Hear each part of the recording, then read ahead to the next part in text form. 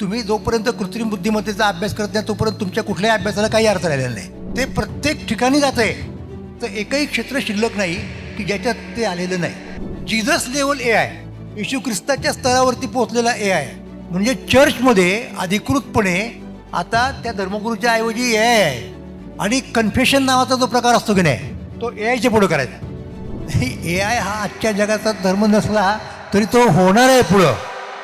बाकीची जी यंत्र आहेत ती माणसाच्या शक्तींना, इंद्रियाच्या शक्तींना वाढवतात. पण हे जे यंत्र आहे की त्यांनी मूळ इंद्रियावरती मात केली.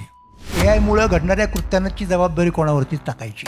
ज्यांनी तयार केलं त्याची जबाबदारी आहे, की ज्यांनी प्रत्यक्ष वापरलं, ऑर्डर दिली त्याची जबाबदारी आहे. माणसाची डिग्निटी, माणसाचं माणूसपण हे धोक्यात आहे. आपण आपले सगळे निर्णय हे ए आयकडे सोपवत चाललेलो आहोत. नमस्कार, मी विनायक पाचलग आणि थिंक बँक प्रस्तुत पुणे फर्स्टच्या या पहिल्या लाईव्ह इंटरॅक्शनमध्ये तुम्हा सगळ्यांचं मनापासून स्वागत.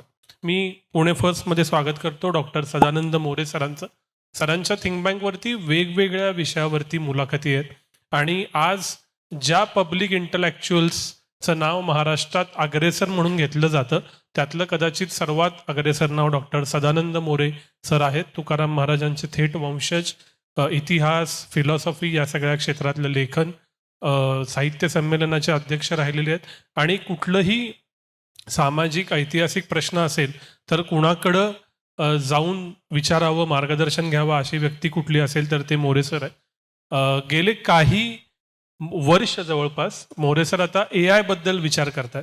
आम्ही थिंक बँकवरती सरांची ए आयवरची मुलाखत केली त्यावेळी मला स्वाभाविक प्रश्न असा पडलेला की मूळ तत्वज्ञानातला माणूस आणि ए आय बद्दल काय. तर जेव्हा त्यांच्याशी बोललो त्यावेळी लक्षात आलं की ए आय हे फक्त टेक्नॉलॉजी नाही आहे आणि त्याचे जे इतर पैलू आहेत ते आज मला सरांकडून उलगडून घ्यायचे आहेत. सर, पहिला प्रश्न हाच आहे की तत्वज्ञानातलं मूळ तुम्ही व्यक्ती आहात, सामाजिक राजकीयही सुद्धा काही प्रमाणात भाष्य केलेलं आहे, पण तंत्रज्ञानावरती यावं, ए आयवरती यावं आणि आता त्याचं पुस्तक विश्वाचे अर्थ येतंय असं तुम्हाला का वाटलं? कसं आहे की मी मुळातला तत्त्वज्ञानाचा प्राध्यापक जरी असलो म्हणजे तरी तत्त्वज्ञानाची माझी संकल्पना अशी एक व्यापक संकल्पना आहे. मुळात तत्त्वज्ञान ही इतर डिसिप्लिनपासून वेगळी असलेली ज्ञानशाखा नाही, तर सगळ्या शाखांना स्वतःच्या कवेत घेणारी आणि मुख्यत्वे सगळ्या ज्ञानशाखांची मेथोडॉलॉजी समजून घेणारी अशी ही शाखा आहे, ज्याला आपण म्हणजे हा एक तत्त्वज्ञानाच्या अभ्यासाचा भाग आहे. विषय आहे विज्ञानाचे तत्त्वज्ञान, फिलॉसॉफी ऑफ सायन्स. मग फिलॉसॉफी ऑफ सायन्सचा मी प्राध्यापक होतो पुणे विद्यापीठामध्ये. मग त्या सायन्समध्ये नॅचरल सायन्सेस आली, सोशल सायन्सेस आली. मग सोशल सायन्स आणि ह्युमॅनिटी विचार करताना इतिहास आला. त्यामुळं स्वभावतःच अंगभूतपणे आवडो किंवा न आवडो कोणाला तत्त्वज्ञान हे आपोआपच आंतरविद्याशाखीय होतं. इंटरडिसिप्लिनरी, मल्टीडिसिप्लिनरी काय म्हणायचं ते म्हणा. त्यामुळं आपोआपच तत्त्ववेत्याला किंवा तत्त्वज्ञानाच्या अभ्यासकाला कुठल्याही याच्यापासून बाजूला राहता येत नाही. म्हणजे बाजूला राहायचं झालं तर त्याला मुद्दाम त्याचं ठरवावं लागेल की नाही हे नको आपल्याला. पण एरवी त्यांनी सगळ्या गोष्टींकडे पाहावं, जागरूकपणे पाहावं, त्यांचं ॲनालिसिस करावं अशी एक अपेक्षा असते. आणि तत्त्वज्ञानाचे खरे अभ्यासक त्या पद्धतीने वागतात असं माझा समज आहे. आणि मी तसं केलेलं आहे, पहिल्यापासून केलेलं आहे. म्हणजे हा एक मुद्दा झाला. मग आता मी सुरुवातीला माझ्या अभ्यासाचा जो भर होता ना तो महाराष्ट्र केंद्रित होता, कारण आपल्याला पहिल्यांदा महाराष्ट्र समजून घेतला पाहिजे. मग त्या अनुषंगाने मी लिखाण केलं. महाराष्ट्र म्हटल्यानंतर त्याच्यात संत साहित्य आलं, मराठी भाषा आली, राजकारण आलं महाराष्ट्रातलं. आणि महाराष्ट्राचं राजकारण हे कायम भारताचा राजकारणाच्या समकक्ष राहिलेलं आहे. त्यामुळं आपोआपच भारताचं राजकारण त्याच्यामध्ये येतं.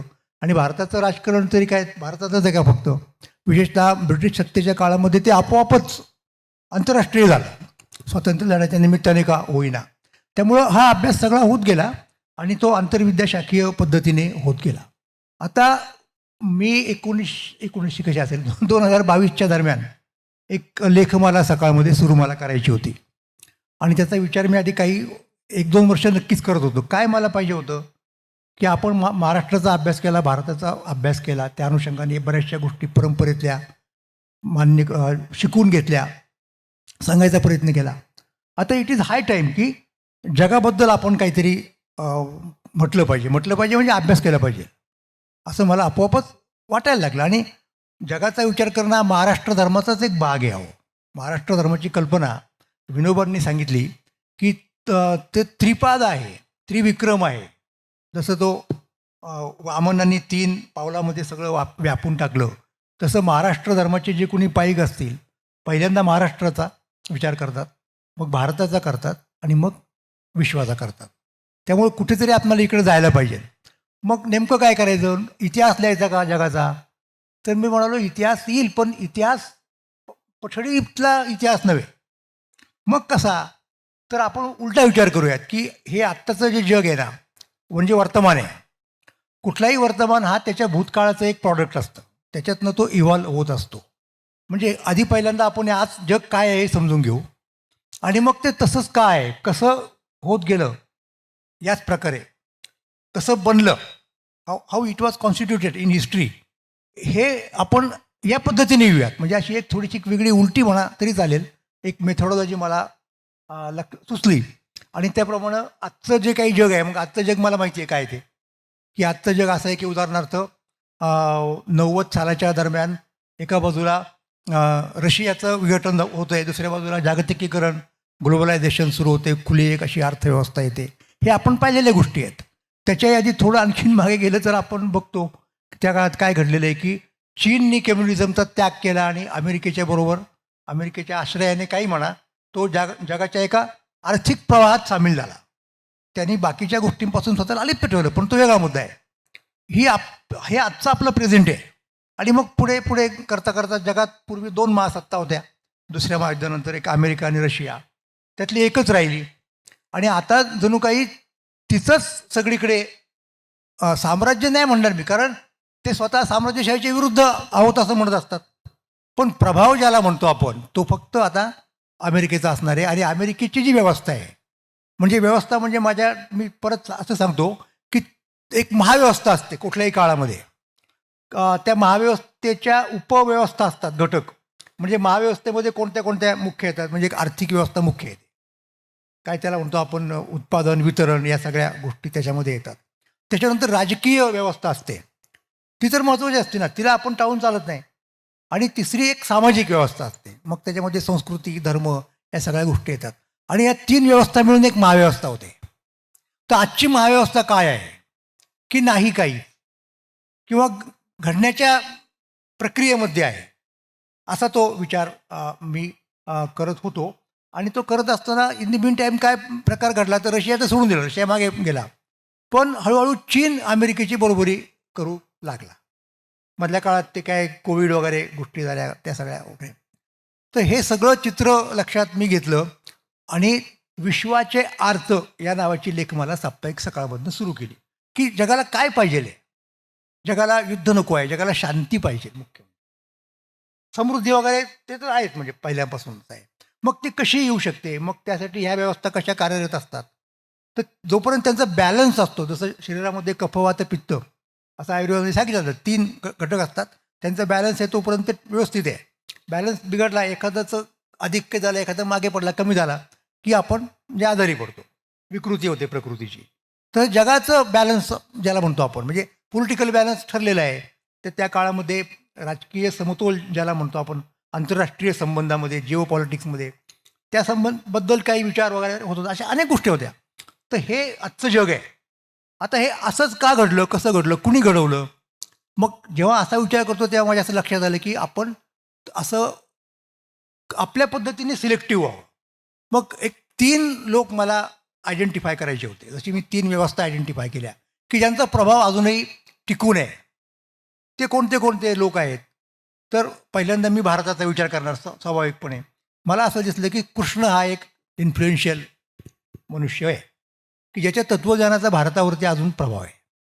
दुसरा विचार मी कोणता केला, चीनचं काय चालले, तर चीननी मधल्या काळामध्ये ती काय कम्युनिस्ट क्रांती बिंती बऱ्याच भानगडी होत्या आणि त्यांनी आपला इतिहास सगळा बाजूला ठेवला, मार्क्सवादाचा अवलंब केला आणि अक्षरशः ते माओच्या क्रांतीमध्ये चीनमधला जो खरा परंपरेचा पुरुष ज्याला म्हणतो आपण, कन्फ्युशियस, त्याला अडगळीत टाकलं, त्याला मारूनच टाका म्हटलं, म्हणजे मारून टाका म्हणजे अलंकारिकपणाने.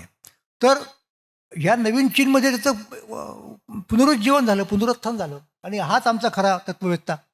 इतकंच नव्हे तर त्यांनी देशोदेशांच्या विद्यापीठामध्ये कन्फ्युशियस केंद्र सुरू केली. भारतासकट मुंबईमध्ये आहे विद्यापीठामध्ये कन्फ्युशियस केंद्र. तर मग असं चीन पुढे आलेलं आहे, इकडे अमेरिका आहे. आता असा तो एकूण सिनारिओ आहे. मग भारताचं नेमकं स्थान काय आहे, हा एक त्यातला मुद्दा आला. आणि मग अमेरिकेतला कोण घ्यायचा, आणि अमेरिका म्हणजे फक्त अमेरिका नव्हे, अमेरिका म्हणजे संपूर्ण युरोपचं प्रतिनिधित्व करणारी सुद्धा अमेरिकाच आहे. हा एक मुद्दा लक्षात घ्या. अमेरिका हे युरोपचं एक्सटेन्शन काउंटर असं माझ्या लक्षात आलं, हिस्टॉरिकली स्पीकिंग. मग अमेरिकेतलं कोण असेल, तर अमेरिकेमधला हेनरी किसिंजर.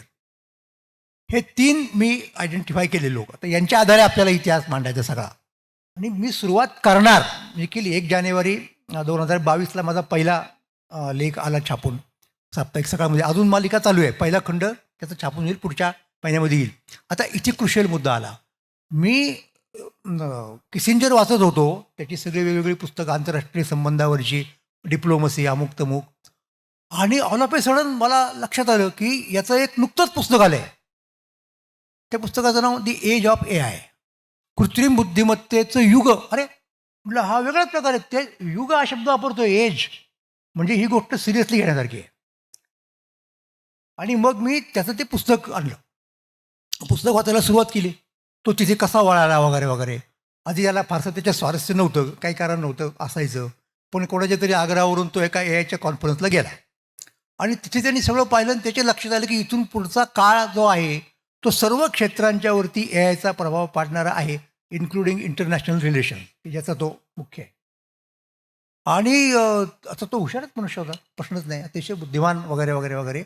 मग त्या दरम्यान काही गोष्टी घडत गेल्या. कोणत्या कोणत्या गोष्टी घडत गेल्या, तर पहिल्यांदा तुम्हाला माहिती आहे की बुद्धिबळामध्ये त्या काय कॉर्पोला वगैरे तो कोण होता, तो त्याला डीप माइंडनी पहिल्यांदा चेक दिला, चेकमेट करून टाकला त्याला. त्याच्यानंतर बुद्धिबळापेक्षा आणखीन जो भारी खेळ होता तो चीनमध्ये वगैरे त्या तिकडे प्रचलित आहे, आपल्याकडं तो आलेला नाही, गो त्याचं नाव. तर तो सुद्धा जिंकत गेले. हे सगळ्या कंपन्यांनी आपापली मॉडेल्स तयार केली. आणि हे पाहिल्यानंतर सगळ्या लोक खाडकन जागे झाले. म्हणजे पहिली प्रतिक्रिया रशियाच्या अध्यक्षांनी दिली, पुतीनने दिली, जेव्हा त्या गोमध्ये पराभव केला. ली सॅलो म्हणून कोणीतरी तो आहे त्यांचा, कोरियाचा खेळाडू होता. तर त्याच्यामुळं हा जागा झाला. कोण? किसिंजर. आणि किसिंजरनी AIच्या लोकांना बरोबर घेतलं, एरिक श्मिट वगैरे वगैरे, आणखीन परराष्ट्रीय संबंधाचे लोक घेतले, आणि त्यांच्या बरोबरीने ते पुस्तक लिहिलं, दी एज ऑफ AI. म्हणून म्हटलं आता आपण या पद्धतीने जायला पाहिजे, आणि जो AIमध्ये पहिला असेल तो जगात पहिला असेल, हे किसिंजरनी तेव्हा सांगितलं. आपल्याकडे त्याची चर्चा फारशी नव्हती त्या काळामध्ये. कुणीतरी म्हटलं की आज सॅम अल्टमन येणार आहे, पण तो आलाच नाही वगैरे वगैरे. तर वेगळा मुद्दा झाला. आणि मग मी तिकडे वळालो, आणि माझं निरीक्षण इतकं बरोबर ठरलं, हे मला सांगू देत तुम्हाला, की किसिंजरच्या मृत्यूपूर्वीच्या महिन्यामध्ये त्यानं त्याचं शेवटचं पुस्तक लिहिलं, की which can be identified as testament, त्याचं स्वतःचं. त्याचं नाव दी जेनेसिस, आणि ते AIवरतीच आहे. म्हणजे मृत्यूपूर्वी त्यानं केवळ तोच विषय आपला महत्त्वाचा असा मानला होता, आणि मग त्या पद्धतीने त्यानं ते सगळं लिहिलं. म्हणजे हे ब्रॅकेटिंग झालं सगळ्याला एकीकडे. म्हणजे माझ्या अभ्यासाचं तुम्हाला हे सांगतो, सांगतो, दोन्ही बाजूला माझ्याकडे कंसाच्या दोन्ही बाजू ज्या आहेत, एकीकडे त्याचं एज ऑफ AI आहे, आणि मृत्यूपूर्वी ते जे पोस्टह्युमस प्रकाशित झालं मृत्यूनंतर, पण मृत्यूपूर्वी पूर्ण केलेलं ते पुस्तक आहे दी जेनेसिस. आणि याला फार महत्त्व आहे त्या टायटलला, जेनेसिस. जेनेसिस म्हणजे काय, की प्रलय होतो, पण प्रलयानंतर परत जेनेसिस होतो. मग आता प्रलय होईल की नाही माहीत नाही, ते होऊ नये अशीच इच्छा आहे, पण एक नवीन युगाचं परत काहीतरी झालं पाहिजे, उत्थान झालं पाहिजे. या पद्धतीने त्यांनी ती मांडणी केली. या पद्धतीनेची मांडणी राजकीय पटलावर सुद्धा व्हायला पाहिजे, प्रॅक्टिकली, असा त्याचा तो सगळा काय म्हणतात त्याला रोख होता, आणि त्या पद्धतीने त्यानं काम केलं. म्हणून मी त्या AI नावाच्या भानगडीमध्ये पडलो, आणि मग सतत गेला. आता हे माझं जे पुस्तक पहिला खंड येतोय, फक्त तेवढं सांगतो, पहिला खंड काहीतरी 550 पानांचा आहे, म्हणजे काय त्याला डबल क्राऊन वगैरे मोठ्या साईजचा आहे. तर त्याच्यामध्ये 200 पानं फक्त यायची आहेत. मग मग अगदी त्या मेरी शेलीच्या कादंबरीपासून ते फ्रँकेस्टाईन अमुक तर मग भानगडी करत करत हे कसं डेव्हलप होत गेलं, कोणाची कल्पना. मग ॲलन ट्युरिंग नावाच्या माणसाने काय उद्योग केले, तिथपासून तर थेट आत्तापर्यंतचं असं एक संपूर्ण चित्र त्याच्यामध्ये मी AI आणि मग बाकीच्या गोष्टींच्यावरती AIचा काय परिणाम होणार आहे हे मी सांगत गेलो. आणि अजून चालू आहे ते, आणखीन वर्ष 1.5 वर्ष चालेल ती सिरीज, मग दुसरा खंड येईल. असं साधारणपणे AIकडे वळणं. कारण तुम्ही जोपर्यंत कृत्रिम बुद्धिमत्तेचा अभ्यास करत नाही तोपर्यंत तुमच्या कुठल्याही अभ्यासाला काही अर्थ राहिलेला नाही. हे मला म्हणू द्या तसं. म्हणजे कारण काय यू कांट हेल्प इंट, ते प्रत्येक ठिकाणी जात आहे. तर एकही क्षेत्र शिल्लक नाही की ज्याच्यात ते आलेलं नाही. हा बेसिक मुद्दा आहे. सर, तुम्ही 3 व्यवस्था म्हणालात, आर्थिक, सामाजिक आणि राजकीय. AIच्या टेक्नॉलॉजीच्या अँगल इथल्या सगळ्या लोकांना बऱ्यापैकी कमी अधिक माहिती आहेत. Claude, chat GPT, Gemini, at least basic. आणि चिन्मय सरांना मी अजून विचारू.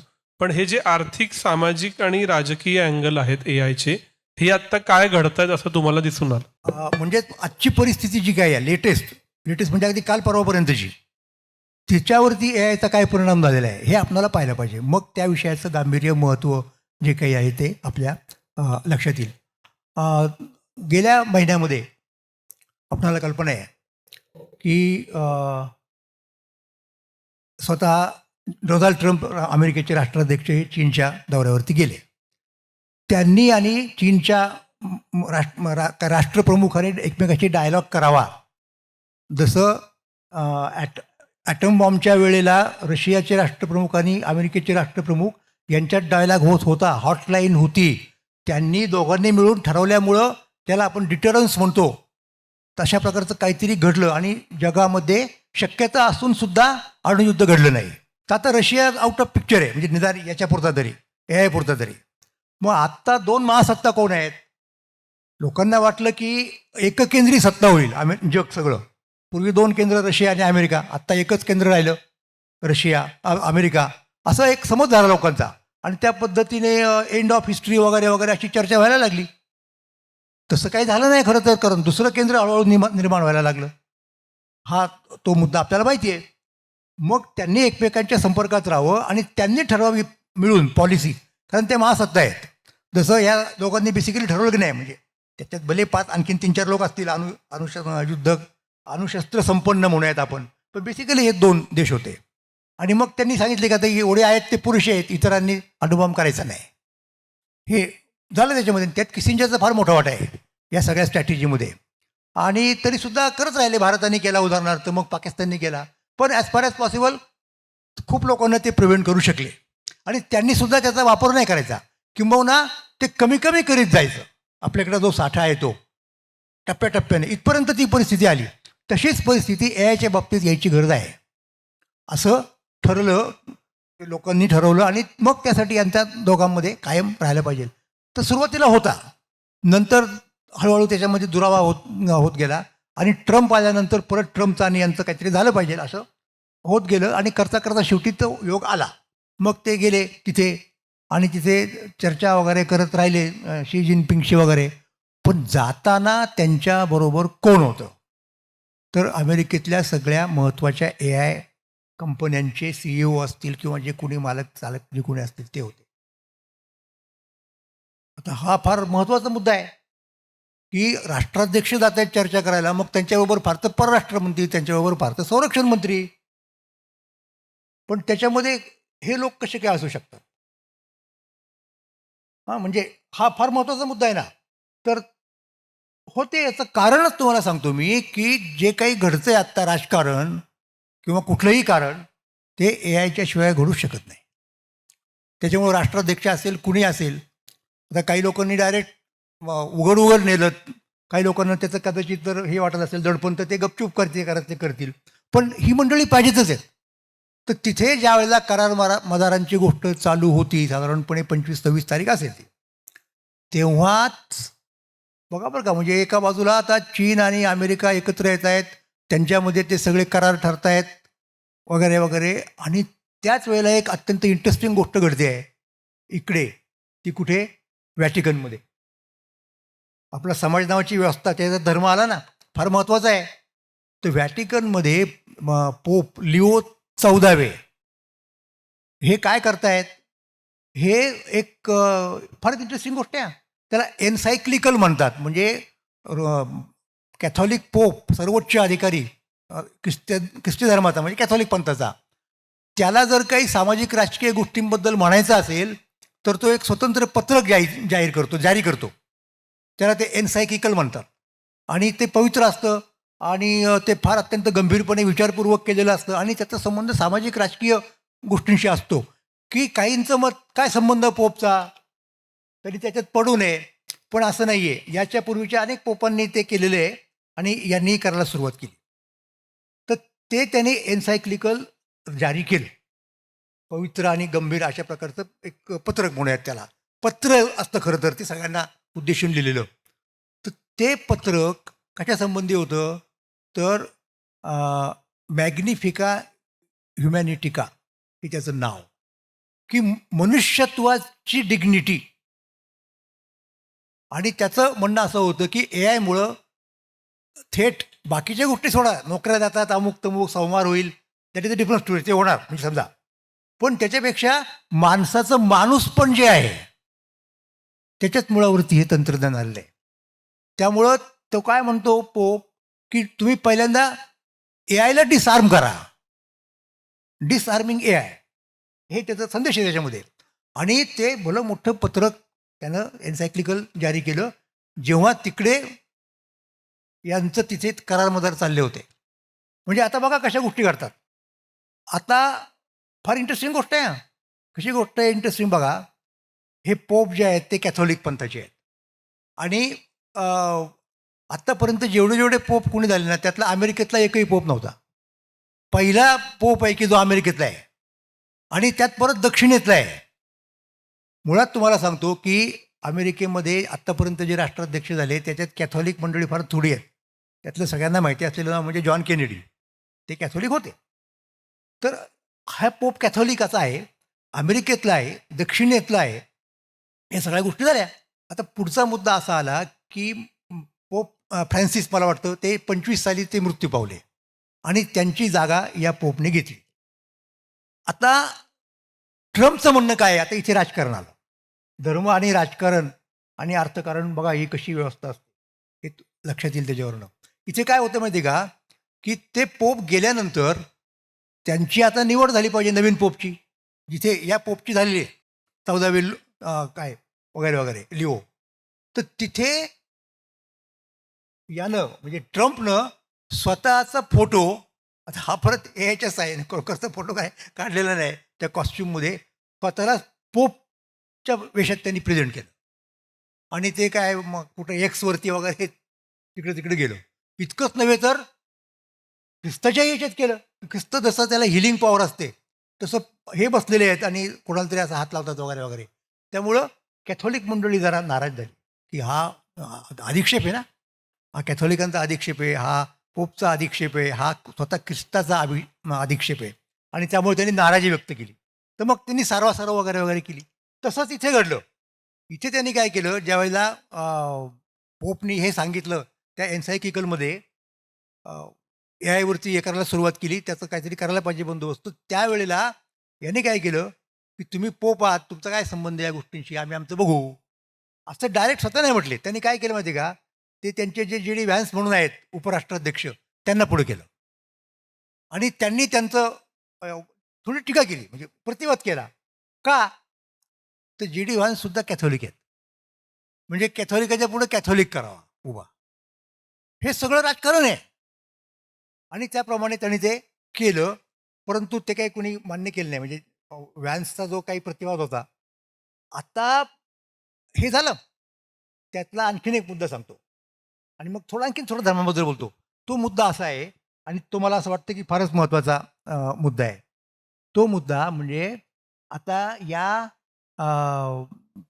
ज्या परिषदेमध्ये पोपने सगळं काय म्हणूयात त्याला डिक्लेअर केलं, ते पत्रक जारी केलं, त्याच्यात त्यांनी कोणाला बोलवलं असावं? त्याच्यात त्यांनी अँथ्रोपिक कंपनीमधला एक अत्यंत उच्च अधिकारी क्रिस ओला याला आणलं. म्हणजे आम्ही असे कोणी नाही आहोत की आम्हाला यातलं काही कळत नाही.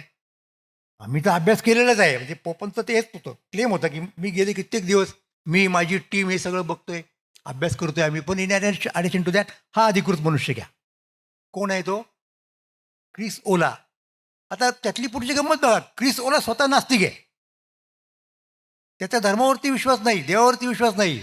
पण धर्म आणि देव यांचा समाजावरती परिणाम होतो हे त्याला मान्य आहे. म्हणून पोपनी जर काही अशा गोष्टी सांगितल्या आणि त्यांनी काही परिणाम होणार असेल तर त्याला अँथ्रोपिकची आणि यांची हरकत नाही. म्हणून तिथे तो आला आणि त्यांनी पोपच्या सुरात सूर मिळवला की पोप म्हणतात ते बरोबर आहे आणि अशा पद्धतीने बंदोबस्त करण्याची अत्यंतिक गरज आहे हे त्यांनी सांगितलं. त्यामुळं पोपच्या म्हणण्याला वजन आलं. पोप काही उगीच सांगत नाही आहे. आणि तोपर्यंत AI इथे कुठं घुसला तुम्हाला सांगतो. हे आत्ता परवा एलॉन मस्कचं स्टेटमेंट होतं बहुतेक आणि हे घडलंय प्रत्यक्षात बरं का, की जीझस लेवल AI, येशू ख्रिस्ताच्या स्तरावरती पोहोचलेला AI म्हणजे चर्चमध्ये अधिकृतपणे आता त्या धर्मगुरूच्या ऐवजी AI आहे काही ठिकाणी. आणि कन्फेशन नावाचा जो प्रकार असतो की नाही तो AIच्या पुढे करायचा. इतक्यापर्यंत ते तंत्रज्ञान गेलेलं आहे. म्हणजे मी सांगतो ना तुम्हाला, जगण्याच्या सगळ्या क्षेत्रांमध्ये युबिक्विटस सगळीकडं तो पेनेट्रेट झाला आणि त्याच्याशिवाय तुम्हाला तुमचं पान हलणार नाही काही, अशी जणू काही परिस्थिती निर्माण झालेली आहे. तर हे ते पोपनी वगैरे सांगितलं. हे इथं तुम्हाला सांगतो इतक्यापर्यंत ती परिस्थिती आली. म्हणून ही आजची परिस्थिती आहे तंत्रज्ञानाच्या क्षेत्रामध्ये. आणि तंत्रज्ञान कसं की ते युगप्रवर्तक तंत्रज्ञान आहे. म्हणजे याच्यापूर्वी तंत्रज्ञानं मोठी झाली नाही का, आली ना पुष्कळ मोठी तत्व, वेगवेगळ्या प्रकारची तंत्रज्ञानं आली. किंबहुना माणूस जो पुढे पुढे जात राहिला वेगवेगळ्या कालखंडामध्ये, त्यांनी त्या काळात नवीन तंत्रज्ञान शोधून काढलं म्हणून तसं त्याला शक्य झालं आणि त्यांनी सगळ्या प्राण्यांच्यावरती विजय मिळवला आणि पृथ्वीवरती आपलं एक राज्य प्रस्थापित केलं. तर हे तंत्रज्ञान जे आहे हे तंत्रज्ञान पूर्वीच्या तंत्रज्ञानाच्या आणि पूर्वीच्या तंत्रज्ञानाच्या क्रांतींपेक्षा, म्हणजे जसं आपल्याला काय इंडस्ट्रियल रिव्होल्युशन, हे क्वालिटेटिव्हली वेगळे आहे. याच्या अगोदरचं कुठलंही तंत्रज्ञान माणसावरती म्हणजे त्याच्या निर्मात्यावरती उलटलं नाही. हे तसं होण्याची शक्यता आहे. म्हणून याच्या बाबतीत आपण फार सावध राहिलं पाहिजे असं हे पोपचं म्हणणं आहे. आणि ते म्हणणं कसं, आता एक त्याच्यातला मुद्दा असा आहे की AI किती मुळावरती असेल तंत्रज्ञान ते की ते मनुष्य जातीचा त्याच्यामुळे विनाश होणं शक्य आहे, अशा प्रकारचे विचार मांडणारे खुद्द त्यातले लोक आहेत. असं नाही की बाहेरचा कोणतरी काहीतरी सांगतोय. म्हणजे उदाहरणार्थ जेफ्री हिंटन घ्या, की जो बाहेर पडला गुगलमधनं की मला याच्यासंबंधी काहीतरी वेगळं बोलायचं आहे आणि त्या कंपनीत जोपर्यंत मी आहे तोपर्यंत मला बोलता येणार नाही म्हणून तो राजीनामा देऊन बाहेर पडला. नंतर तुम्हाला सांगतो की ज्याचा मी उल्लेख केला आता अँथ्रोपिक कंपनीचा, त्या अँथ्रोपिक कंपनीचा जो संस्थापक दारिओ अमोदिया, तर तो सुद्धा असाच बाहेर पडला. आणि तो कुठल्या कारणावरून बाहेर पडला की इथे जेवढे त्याला काय म्हणतो आपण रेलगार्ड्स पाहिजे आहेत, जेवढे संरक्षक तरतुदी पाहिजे आहेत, सेफ्टी पाहिजे आहेत, त्या सेफ्टीकडे यांचं लक्ष नाही आहे. म्हणून ते पुढे ठेवून आपणाला AIची निर्मिती केली पाहिजे. जेव्हा आपण नवीन मॉडेल इंट्रोड्यूस करतो तेव्हा याची दखल पहिल्यांदा घेतली पाहिजे. म्हणजे इथिकल पॉईंट ऑफ व्ह्यू आहे त्याचा.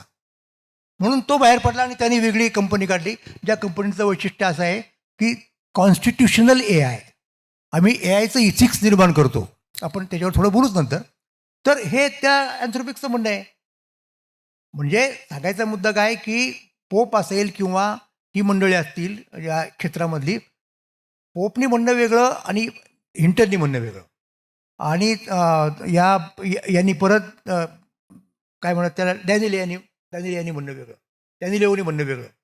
तर हे गंभीरपणे घेण्याची गोष्ट आहे. बाहेरचे जर लोक म्हणत असतील तर आपण दुर्लक्ष, तुम्हाला यातलं काय कळतंय. पण आता त्या क्षेत्रातले लोक तिथे आलेत आणि तेच सांगतायत की हे फार महत्त्वाचं आहे, इकडं असं असं असं केलं पाहिजे, म्हणून तो बाजूला गेला. बरं, असं नाही की फक्त याच मुद्द्यावरून बाजूला येतात लोक. हे मुळात जेव्हा कंपनी निघाली ओपन AI, त्यावेळेला ती नॉन प्रॉफिट कंपनी म्हणून होती. परंतु हळूहळू काही लोकांच्या लक्षात आलं की आपण त्याच्यात पैसे गुंतवलेले आहेत, पण ते बरोबर नाही. मस्क त्याच्यातून बाहेर आला, पण ते या मुद्द्यावरून आला की तुम्ही नॉन प्रॉफिट कंपनीची प्रॉफिट कंपनी कशी करताय. म्हणून त्यांचं अंतर्गत भांडण वेगळं आहे, ते थेट कोर्टापर्यंत चाललं. इनफॅक्ट ओपन AIच्या CEOला हजर राहता आले नाही त्या यांच्या ह्याच्यामध्ये काय म्हणतात त्याला चर्चेत. त्याचं कारण त्यावेळेला त्याची केस उभी राहिली होती, ते अगदी स्टेकला लागलेलं होतं, त्यांनी परवानगी काढली. म्हणजे मुद्दा माझा एवढाच आहे की प्रत्यक्ष तिथे असणारे लोक महत्त्वाचे, त्यांचं हे म्हणणं आहे आणि त्याच्यामध्ये अँथ्रोपिक आणि ती मंडळी सगळ्यात पुढे आहेत. मग सर, आजच्या जगाचा धर्म हा AI आहे का? AI हा आजच्या जगाचा धर्म नसला तरी तो होणार आहे पुढं, असं अत्यंत गंभीरपणे मांडणारे लोक आज इथे आहेत. म्हणजे तुम्हाला मी येशूचं सांगितलंच, जीजस लेवल AI करतायत, कुणी कन्फेशनसाठी त्याचा आधार घेत आहेत. आणि अजून काही दिवसांनी, म्हणजे हे आत्ता याचं स्टेटमेंट आहे ना, आपल्या हरारीचं स्टेटमेंट आहे की पुढचा धर्म म्हणजे AIचाच आहे आणि तिथे देव असणार नाही, तिथे अल्गोरिथम असेल देवाच्या ऐवजी. तर ही गोष्ट खरी आहे ना. म्हणजे आता हे किती सर्वंकष आहे, हा तो जो माझा मुद्दा आहे. आणि म्हणून मग आपल्याला AIला चेक करायची गरज आहे. हे पोपचं म्हणणं आहे. हे या सगळ्या मंडळींचं, ज्यांची मी आत्ता तुम्हाला नावं सांगितली, अमोदय असेल किंवा आणखीन बाकीची मंडळी असतील, आणि यांनासुद्धा अमान्य अशातला भाग नाही. AIचा धोका स्वतः इलॉन मस्क सांगतो, सगळे सांगतात, सॅम अल्टमन सांगतात. पण त्यांचं म्हणणं थोडं वेगळं आहे मग. म्हणजे आणि त्यांचाही दावा आहे, गुगलचाही दावा आहे की आमच्याकडे इथिकल टीम आहे. काही लोकांना ते संशयास्पद वाटतं, खरंच आहे का बाबा, कोण कोण त्याच्यामध्ये आहे, मग तुम्ही जाहीर का करत नाहीत. हे सगळे पत्ते ओपन करणारे फक्त अँथ्रोपिक कंपनी आहे. बाकीचे लोक असे रिझर्वेशनला असतात की आहे करतो, पण करतात की नाही लोकांना माहीत नाही. त्यामुळं आज मी तिला अमेरिकेमध्ये अक्षरशः या कंपन्यांच्या ऑफिसवरती मोर्चे निघत आहेत आणि त्यांना ते जाब विचारतायत की काय नेमकं आहे, कसं नेमकं आहे, आम्हाला सांगा, वगैरे वगैरे वगैरे वगैरे. पण समजा तुम्हीच तुमच्या वेगवेगळ्या मुलाखतीत असं म्हणालेलं आहात की पूर्वी माणूस श्रद्धावान होता, मग तो बुद्धिमान झाला, आणि आता अल्गोरिदम नंतर आपण विचार करायचं काम आउटसोर्स करतोय. काय ChatGPTला असेल, जेमिनीला असेल. मग आता AIच्या जगामध्ये माणसाकडे काय काम उरलंय, कुठलं राहिलं पाहिजे आणि AI काय करेल? अरे बाप, हा जो प्रश्न आहे ना, तो कळीचा प्रश्न आहे. म्हणजे इथून पुढे जग काय होणार आहे, जगाचं कसं पुढे जाणार आहे, या सगळ्या गोष्टी या प्रश्नामध्ये सामावलेल्या आहेत. आता त्याच्यातला एक सगळ्यात पहिला मुद्दा मला असा दिसतो की शेवटी त्याला आपण कृत्रिम बुद्धिमत्ता म्हणतो, ती एक मशीन आहे, थिंकिंग मशीन असं सुरुवातीच्या काळात लोक म्हणायचे. ॲलन ट्युरिंगनी ज्या वेळेला ते काढलं तेव्हा त्याला तो AI वगैरे म्हणत असेल की नाही वेगळा मुद्दा आहे, पण तो त्याला थिंकिंग मशीन, आणि अशा प्रकारची मशीन असली पाहिजे अशी फार जुनी कल्पना आहे. पाश्चात्य जगामध्ये जेव्हा विज्ञान तंत्रज्ञानाचा विकास होत गेला तसतसं आपल्याला ते सगळे टप्पे दिसतील कसे कसे आहेत ते. मग आता बघा, मशीन शिवाय, यंत्राशिवाय माणसाची प्रगती झाली नसती. आत्तापर्यंत जी प्रगती झाली ना, प्रत्येक टप्प्यावरती त्याला काही ना काही यंत्राची प्राप्ती झाली, म्हणजे तंत्रज्ञानाचं. शेवटी काय यंत्र कुठून निर्माण होतं, तंत्रज्ञानातून निर्माण होतं. आणि त्याच्यामुळं त्याच्या इंद्रियांची शक्ती वाढली. हो. अगदी अगदी साधा म्हणजे अत्यंत साधा मुद्दा आहे की आपल्या डोळ्याला चष्मा असतो. काय आहे शेवटी, आपण याच्यातून पाहतो, सूक्ष्मदर्शक ज्याला म्हणतो आपण, दूरदर्शक आपण ज्याला म्हणतो. म्हणजे काय, ते यंत्रच आहेत एक प्रकारची, ज्याच्यामुळं आपली जी इंद्रिय आहेत, ज्ञानेंद्रिय, ज्या ज्ञानेंद्रियांची नैसर्गिक शक्ती आहे की मर्यादेमध्ये आहे, तर ती ॲम्प्लिफाय करण्याची, वाढवण्याची क्षमता आपल्याला मिळते. ते कोणाच्यातून मिळते, ती अशापैकी काहीतरी एक यंत्र आपण तयार करतो. मग हळूहळू आपण बघतो की कुठपर्यंत आपली प्रगती गेली की कृत्रिम हात निर्माण केला. म्हणजे समजा तो लावला लोकांना, म्हणजे ज्याला आता आपण ते काय मोठमोठे आपण उचलतो वगैरे, डॅब्रीज वगैरे, ते जे त्याला हाताचीच रचना असते ना त्याची सगळी. तर हे एक एक कृत्रिम अवयव जणू काही पुढे आला. कुठपर्यंत गेलो आपण, टू दॅट एक्सटेंट की पेसमेकर बसावा, म्हणजे हार्टच्या याच्यासाठी. म्हणजे जवळजवळ आपली महत्त्वाची सगळी जी ज्ञानेंद्रिय आहेत ना, म्हणजे कानाची शक्ती वाढू शकते, डोळ्याची वाढू शकते, ह्या सगळ्या गोष्टी, हाताची वाढू शकते. म्हणजे माणसाने प्राण्यावरती मात केली, ती कुठल्या आधारावरती केली हो सांगा. म्हणजे साधा अगदी साधा मुद्दा आहे. हे सगळे प्राणी आहेत, विशेषतः हिंस्र प्राणी आहेत की ज्यांच्याशी माणसाची उत्क्रांतीच्या काळात कधीतरी स्पर्धा झाली असेल, त्यांचा संघर्ष झाला असेल. आता वाघ घ्या, सिंह घ्या, मग जोरात पळणारे प्राणी घ्या, ताकदवान हत्ती घ्या, यांच्यापुढे माणूस काहीच नाही, कप पदार्थ आहे. पण हळूहळू त्यांनी काय केलं माहिती का, त्या सगळ्यांपेक्षा श्रेष्ठ ठरला. कशाच्या जोरावर ठरला? तो त्याच्याकडच्या ह्या विज्ञान तंत्रज्ञानांच्यामुळेच ठरला.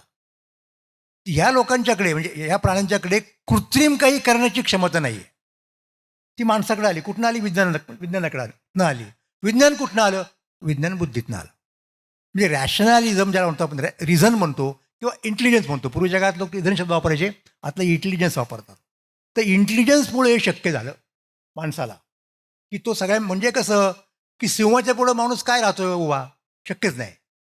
पण डोकं चालवलं माणसांनी, की सिंहाच्या वर्तनाचे नियम त्यांनी शोधून काढले. म्हणजे कसं कसं चालतं बघाय. आणि त्याच्या आधारे सिंहाला त्यांनी सर्कशीत नाचायला लावलं. कसं केलं ते? तर त्यांनी ती वर्तनाचे नियम शोधून काढले. विज्ञान काय करतं की सृष्टी कशी चालते याचे नियम शोधून काढतं, आणि मग त्याला सृष्टी कशी चालवावी यासाठी तंत्रज्ञान असतं. आधी कसं चालतं विश्व, निसर्ग, हे तो शोधून काढतो. त्याला विज्ञान म्हणतो आपण. आणि मग ते आपल्याला चालवता येईल का? म्हणजे इन अ वे हा त्याचा ईश्वरत्वाकडेच प्रवास आहे. ईश्वर आहे असं जर आपण मानलं तर आपण समजतो की ईश्वराने हे सगळं निर्माण केलं आणि ईश्वर हे सगळं चालवतो. तर ते विज्ञान, ते तंत्रज्ञान त्यांनी आणलं, नियम समजून घेतले, आणि मग त्या सिंहाला तो काय सांगतो रिंग मास्टर, की तू या छोट्या स्टुलावरती बस. तो सुरुवातीला गर्जना करतो, पण तो बसतो. आणि आत्ता तशा सरकारची राहिल्या नाहीत. पूर्वी काय ते प्राण्यांच्यावरती दया करा किंवा तो एक मुद्दा असतो. पण मी पाहिलेले लहानपणीच्या माझ्या हे आहेत की एक ती मुलगी असते अत्यंत, ती त्या सिंहाच्या जबड्यात अशी तिची मान देते. काही सेकंदाचा खेळ असतो आणि ती काढते. आता मला सांगा की त्या सिंहाला त्याच सेकंदाच्या फ्रॅक्शनमध्ये जर वाटलं की आपला जबडा मिटवावा, तर काय झालं असतं? काय होईल? पण तो नाही मिटवत, त्याला नाही तसं वाटत. त्याचं कारण सिंह कसा वागतो याचे नियम त्यांनी शोधून काढले. त्याला ॲनिमल सायकॉलॉजी म्हणा, वॉटेवर. तर हे माणसाने केलं ते बुद्धीच्या जोरावरती. मग आता प्रश्न आला की बाकीच्या इंद्रियांच्या शक्ती आपल्याला वाढवता येतात, काहीतरी कृत्रिम निर्माण करून तंत्र, तसं बुद्धी नावाच्या इंद्रियाची शक्ती वाढवता येईल का? म्हणजेच कृत्रिम बुद्धिमत्ता. आता माणसांची बाकीची जी इंद्रिय आहेत ना, ती इव्होल्युशनच्या प्रक्रियेत उत्क्रांत होत गेलीत पुढे. डार्विननी काय ते मांडलं, त्याच्याबद्दल बराच पुढे खल झाला, हे सगळे आपण जाणतो. आता या पद्धतीने जर पुढे उत्क्रांत व्हायचं झालं, माणसाने ठरवलं, तर सगळ्यात अगोदर महत्त्वाचं कुठलं त्याचं इंद्रिय उत्क्रांत झालं पाहिजे, ते म्हणजे मेंदू, बुद्धी. तर ती व्हायला किती वेळ लागेल माहीत नाही. किंवा आता खरंच लोकांना शंका येते की उत्क्रांती प्रक्रिया ठप्प झाली काय? जेवढी व्हायची तेवढी झाली, निसर्गाने जेवढं देतं मला दिलं. मग आत्ता इथून पुढचा प्रवास कसा होणार? तो आपल्याला स्वतःला कृत्रिम काहीतरी तयार करावं लागेल. म्हणून कृत्रिम बुद्धिमत्ता नावाची गोष्ट पुढे आली. आता कृत्रिम बाकीचे जे यंत्र आहेत ना, आता हा फरक आहे दोघांमध्ये. बाकीची जी यंत्र आहेत ती माणसाच्या शक्तींना, इंद्रियाच्या शक्तींना वाढवतात. म्हणजे आर्टिफिशियल असतात, ते कृत्रिमच असतात, ते अशा पद्धतीने वाढवतात. पण हे जे यंत्र आहे, मशीनच म्हणूयात गडीवर आपण, त्याचं हार्डवेअर काही का असे ना, ते असं विकसित होत इतकं गेलं की त्यांनी मूळ इंद्रियावरती मात केली. आणि आता तर माणसाच्या नैसर्गिक बुद्धीपेक्षा त्याची क्षमता वाढली. आणि इथे नेमका मुद्दा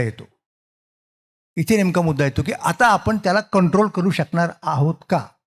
की समोर द्या जर तेच आपल्याला कंट्रोल करेल. आणि मग आता हा विचार करण्याची वेळ आली. मग वेगळ्या क्षेत्रातले लोक विचार करायला लागले. खुद्द त्याच क्षेत्रातले लोक अत्यंत गंभीरपणे त्याचा विचार करायला लागले. मग काय मुद्दा आला की त्याला कुठेतरी कंट्रोल करायला पाहिजे. कसा करणार? नियम केले पाहिजेत. कोण करणार? इथे मुद्दा आहे. म्हणजे कसा आला तुम्हाला सांगतो की जोपर्यंत अणुबॉम्ब नावाचा प्रकार अत्यंत घातक आहे, संपूर्ण मनुष्य जातीचा नाश करू शकतो, याची जेव्हा जाणीव झाली, तेव्हा त्यांच्यावरती नियंत्रण करण्यासाठी काही राष्ट्र आली, त्यांनी काही नियम तयार केले, आणि ते पॉलिटिकल मुद्दा आला तिथे. तसं याच्या बाबतीत करता येईल का? तसं एआयच्या बाबतीत करता यासाठी येत नाही की राष्ट्रांच्या वेगवेगळ्या सरकारांकडे म्हणा काय जे नियंत्रण असतं ना, संपूर्ण अणुशक्ती ही सरकारची असते, म्हणजे त्या त्या राष्ट्रांची असते. तसं एआय झालेलं नाही. एआय हा खाजगी झाला, कंपन्या आल्या पुढे सगळ्या. मग आता त्याचं नियंत्रण कोण करणार? पण सरकार त्याचं नियंत्रण करणार का, हा एक मुद्दा आला. पण त्यातला अवघड मुद्दा कसा आला माहिती का, आता पहा बरं का, कंपन्यांचा काय उद्देश असतो, प्रॉफिट. साहजिक आहे, हे काय वेगळे सांगायची गरज नाही. सरकारचा उद्देश काय असतो, जे आपल्या राष्ट्राच्या बाहेरचे जे लोक आहेत, आपले शत्रू मानण्यात येणारे, त्यांचा आपला संघर्ष केव्हा येऊ शकतो युद्धांचा, त्यांच्याशी आपल्याला म्हणजे सिक्युरिटी, म्हणजे फायनान्स एकीकडे, प्रॉफिट एकीकडे, सिक्युरिटी दुसरीकडे, हे दोन त्यातले उद्देश अत्यंत महत्त्वाचे आहेत. मग आता प्रश्न असा आला की पूर्वी सरकारचं काही प्रमाणामध्ये, म्हणजे भांडवलशाही देशामध्ये खूप मुक्तता आहे, ग्लोबलायझेशनमध्ये तर आपण आणखीन केली, सगळं अर्थव्यवस्था खुली केली, पण अनुभव हा त्यांनी आपल्याकडेच ठेवला, तो नाही कोणी खुला केला, अजूनही नाही. पण AI हे पहिल्यापासूनच खुलं आहे ना, हे तंत्रज्ञान. त्यामुळं आता दोन मुद्दे आले. एक तर त्या कंपन्यांच्यावरती नियंत्रण ठेवायचं, ते समजा आपण अंतर्गत ठेवता येईल असं गडीभर गृहीत धरू, सगळं व्यवसाय स्वातंत्र्य वगैरे गृहीत धरून सुद्धा. पण दुसऱ्या राष्ट्रांचं काय करायचं, मग त्यांनी जर ते पुढे गेले AIच्या माध्यमातून आणि मग त्यांनी आपल्यावरती जर मात केली तर आपल्या देशाच्या सुरक्षिततेला धोका आहे. त्यामुळं यांना म्हणायला सतत जागा होते की समजा आम्ही, आणि तो झाला नाही एक प्रयोग, म्हणजे मला वाटतं 23 सालची गोष्ट आहे, अनेक लोक एकत्र आले, खुद्द AIच्या क्षेत्रामधले, राजकारणाच्या क्षेत्रामधले, अगदी मोठमोठे म्हणजे अणुशास्त्रज्ञ असतील त्यावेळेचे जे कोणी असतील, त्यांनी एक पत्रक काढलं भलं मोठं की 6 महिने थांबवा AIचं संशोधन. खूप घातलं त्या काळामध्ये. आणि काय करा मधल्या काळामध्ये, सगळ्यांनी मिळून काही एक आचारसंहिता निर्माण करा, नियंत्रण कसं करायचं त्या AIवरती. कुणी ऐकलं नाही, सगळे हो म्हणाले, मान्य आहे, पण प्रत्यक्षात कोण करणार ते, का नाही केलं. समजा त्याचा मुद्दा असा आहे, आणि इथं परत बेसिकली तो राजकीय मुद्दा येतो. ह्या दोन महासत्ता येतात. म्हणजे या लोकांना जे आहे ना बघा, त्याला एक बॅड एजंट आणि गुड एजंट असं म्हणतात. चांगले जे लोक आहेत, आता चांगले हे वैयक्तिक पातळीवरती सुद्धा होतं, माणसांच्या व्यक्तींच्या. हा मुद्दा जेव्हा वैश्विक राजकीय पातळीवरती जातो, भूराजकीय राजकारणामध्ये जातो, तेव्हा असं म्हणलं जातं की लोकशाही मानणारे जे राष्ट्र आहेत ते चांगले, ते दुरुपयोग नाही करणार. पण जिथे ॲटोक्रसी आहे ते चीनच सध्या आत्ता तरी निदान, कदाचित उत्तर कोरिया असेल, इराण असू शकेल कदाचित. तर अशा राष्ट्रांकडे जर हे तंत्रज्ञान गेलं तर काय होईल. आणि आपण सद्भावनेने थांबलो 6 महिने. 6 महिने फार झाले. इथे एक एक दिवस महत्वाचा आहे, म्हणजे याच्यात काही अतिशयोक्ती नाही. हे अमोदाईंनी सांगितलेले, रात्रंदिवस मी विचार करतो, तसे तुकोबा म्हणाले, रात्रंदिवस हा महायुद्धाचा प्रसंग, अंतर्बाह्य जग आणि मन, तशी परिस्थिती आज या क्षेत्राची आहे.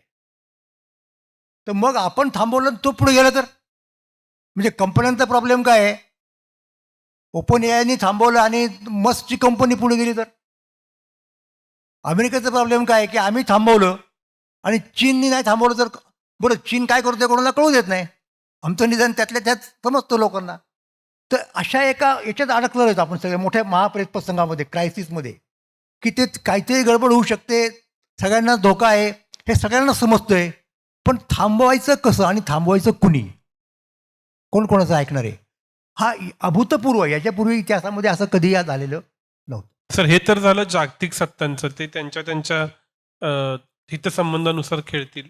प्रश्न येतो स्वनियंत्रणाचा. तुम्ही म्हणालात की माणसानं सिंह कसा वागतो हे समजून घेतलं आणि सिंहाला आपल्या तालावर नाचवलं. आज सर्व अल्गोरिदमना मी कसा वागतो ते माहिती आहे. खूप जण म्हणजे डार्क सिक्रेट सुद्धा ChatGPTशी बोलतात ॲज अ कंपॅनियन म्हणून. मग उद्या AI माणसाला त्याच्या तालावर नाचवणार नाही का? आणि अशा वेळेला हे आपल्या बाबतीत घडू नये म्हणून काय विचार करायचा? आपल्या म्हणजे माणसांच्या, म्हणजे सगळ्याच माणसांच्या. आता मी तुम्हाला एक लेटेस्ट गोष्ट घेईन, म्हणजे ते खूप लोकांची खूप मतं आहेत, सगळ्या मतांची चर्चा करायला आपल्याला आता वेळही नाही अर्थात, आणि त्याची आवश्यकताही नाही. एक कोणीतरी प्रातिनिधिक ज्याला म्हणतो आपण, त्याचा जर विचार केला तर मला असं वाटतं की आपण हा मुद्दा कव्हर केला असं होईल. तर प्रातिनिधिक कोणाला समजलं पाहिजे, तर निश्चितपणे आता कसं आहे, उद्या एखादा जर असं म्हटला की बुवा उडदा माझी काळे गोरे, कोणाला निवडायचं, असा प्रश्न येतो. एक लक्षात घ्या, त्याची अतिशयोक्ती नाही, इतिहासाची पुनरावृत्ती वेगळ्या पद्धतीने होते. 16व्या शतकामध्ये ज्या वेळेला युरोपमध्ये वेगवेगळ्या व्यापारी कंपन्या पुढे आल्या. अमुक तमुक ईस्ट इंडिया कंपनी कोणाची? इंग्लंडची, फ्रान्सची, आणखीन सगळ्या स्पेन, पोर्तुगाल, हे हॉलंड, हे सगळे लोक काय करतात? व्यापारी कंपन्या निघाल्या. त्या व्यापारी कंपन्यांना त्यांच्या सरकारांनी चार्टर दिला की तुम्ही काय करायचं ते करा. मग तुम्ही हवं तर सैन्य ठेवा तिकडे गेल्यानंतर, आमची काही हरकत नाही. आणि व्यापाराच्या निमित्ताने त्या कंपन्या त्या देशामध्ये गेल्यावर त्यांनी तिथल्या लोकांचं पाणी जोखलं. आणि परत तो मुद्दा आला नाही. विज्ञान तंत्रज्ञान त्यांच्याकडे होतं त्या काळातलं. त्याच्या आधारे त्यांनी उदाहरणार्थ भारत जिंकला, ब्रह्मदेश जिंकला, आणखीन कुठली राष्ट्र जिंकली, मध्य पूर्वेतली राष्ट्र जिंकली, आणि या सगळ्या लोकांनी आपलं राज्य. पण ते कसं? ते कंपन्यांच्या माध्यमातून. पहिल्यांदा त्या व्यापारी कंपन्या गेल्या. त्या कंपन्या होत्या, शेअर होल्डर्सच्या कंपन्या होत्या, प्रॉफिट पाहिजे होतं त्या सगळ्यांना. आणि हळूहळू सरकारची परवानगी असायची, सरकारचं प्रोत्साहन असायचं. कधी कधी पार्लमेंटमध्ये चर्चा होती की हा लॉर्ड क्लाईव्ह किती वाईट वागतोय, काहीतरी करा. हेस्टिंगनी किती त्रास दिला भारतातल्या लोकांना, ते इंग्लंडचेही खासदार सांगायचे त्यांच्या हाऊस ऑफ कॉमन्समध्ये. हा वेगळा मुद्दा आहे. पण एका विशिष्ट टप्प्यावरती ते राज्य गेल्यानंतर सरकारच्या लक्षात असं यायचं ब्रिटिश पार्लमेंटच्या की आता इथून पुढचं राज्य चालवणं कंपनीला शक्य नाही. मग त्याचा ताबा सरकारने घेतला पाहिजे. तसं भारताचं झालं ना. 1857पर्यंत भारतावरती ब्रिटिशांचं राज्य होतं. म्हणजे कोणाचं होतं? ईस्ट इंडिया कंपनीचं होतं, थेट सरकारचं नव्हतं. मग त्या बंडाच्या नंतरच्या काळामध्ये ब्रिटिश पार्लमेंटने ठराव करून, राणीने काय ऑर्डर काढून ते राज्य ताब्यात घेतलं. एक्झॅक्टली आता त्या कंपन्या राहिलेल्या नाहीत, कमर्शियल कंपन्या राहिलेल्या नाहीत. आता या कंपन्या आहेत, आर्टिफिशियल इंटेलिजन्सच्या कंपन्या आहेत. आणि त्यांच्या सरकारांची हातमिळवणी होऊ शकते. हा फार मोठा धोका आहे. म्हणजे होणार काय? ते राष्ट्र काय करतात माहिती का? म्हणजे राष्ट्राची सरकार गडीवर दुसऱ्या राष्ट्राची भीती दाखवतात. त्यामुळं आम्हाला AI मध्ये प्रगती केलीच पाहिजे, हे त्यांचं म्हणणं असतं. आता ती आपण करून देऊ ना. आपलं सरकार आहे, आपल्याच राष्ट्राच्या प्रगतीसाठी सगळं चाललेलं आहे. हे गरजेचंच आहे जर चीनला शह द्यायचं असेल तर. पण यांचं काय निरीक्षण आहे? अमोदया काय म्हणतो की काय गॅरंटी आहे की उद्या हे सरकार आता आपल्याला बाहेरचा धोका नाही असं समजून त्याचा सगळा रोख आपल्याच प्रजेकडे वळेल. आणि ॲटोक्रसी म्हणजे लोकशाही मानणारे राष्ट्रसुद्धा हळूहळू हुकुमशाहीकडे वळतील. याच्या खाली म्हणजे जे तंत्र तुम्ही चीनच्या विरोधामध्ये वापराल, म्हणजे उदाहरणार्थ अमेरिकेच्या संदर्भात, किंवा उलटी आहे बाजूने, यांना भीती ती आहे, तेच तंत्र तुम्ही तुमच्याच प्रजेच्या, म्हणजे चीन काय करतं माहिती आहे तुम्हाला? ते सर्वायलन्स, सगळ्यांच्याकडे प्रत्येक नागरिकाचा सगळा डेटा त्याच्याकडे असतो. तसं आमच्याकडे तुम्ही करणार नाही कशावर? त्यामुळे AIचा धोका जसा आंतरराष्ट्रीय स्तरावरती आहे तसा तो अंतर्गत स्तरावरती सुद्धा आहे. मग त्यासाठी त्यांचं म्हणणं असं आहे की लोकांनी जागृत राहिलं पाहिजे. सरकारची गॅरंटी नाही कुठल्याही देशातल्या बाबतीत, म्हणजे लोकशाही सरकारची सुद्धा गॅरंटी नाही, हे ते सांगतायत. म्हणून हा मोठा धोका आहे. मग आता इथे परत आपण राजकारणाकडे थोडक्यात येऊ. हे इकडं चाललं असताना तिकडे काय झालं? मी हा जो घेतोय ना अमोदया अँथ्रोपिकचा, तो त्याचसाठी घेतोय. त्यांनी काय केलं माहिती का? की त्यांनी स्वतःच्या कंपनीसाठी, तो आणि त्याची बहीण हे बाहेर पडले ओपन AIमधून Altmanच्या, आणि त्यांनी स्वतःचं ते काढलं. आणि त्यांचं म्हणणं काय की आम्ही त्याची एक नैतिक चौकट आखतो त्या नियमांची. घटना तयार केली त्यांनी, कॉन्स्टिट्युशनल AI, आणि ती घटना करण्याचं काम लक्षात घ्या. आणि मला असं वाटतं फार महत्त्वाची गोष्ट आहे, अमेंदा अस्केल नावाच्या बाई आहेत, त्या तत्वज्ञानाचे प्राध्यापक आहेत. त्यांचं PhDचं प्रबंध तत्वज्ञानावरती आहे आणि बेसिकली स्पेशलायझेशन इथिक्सवरती आहे.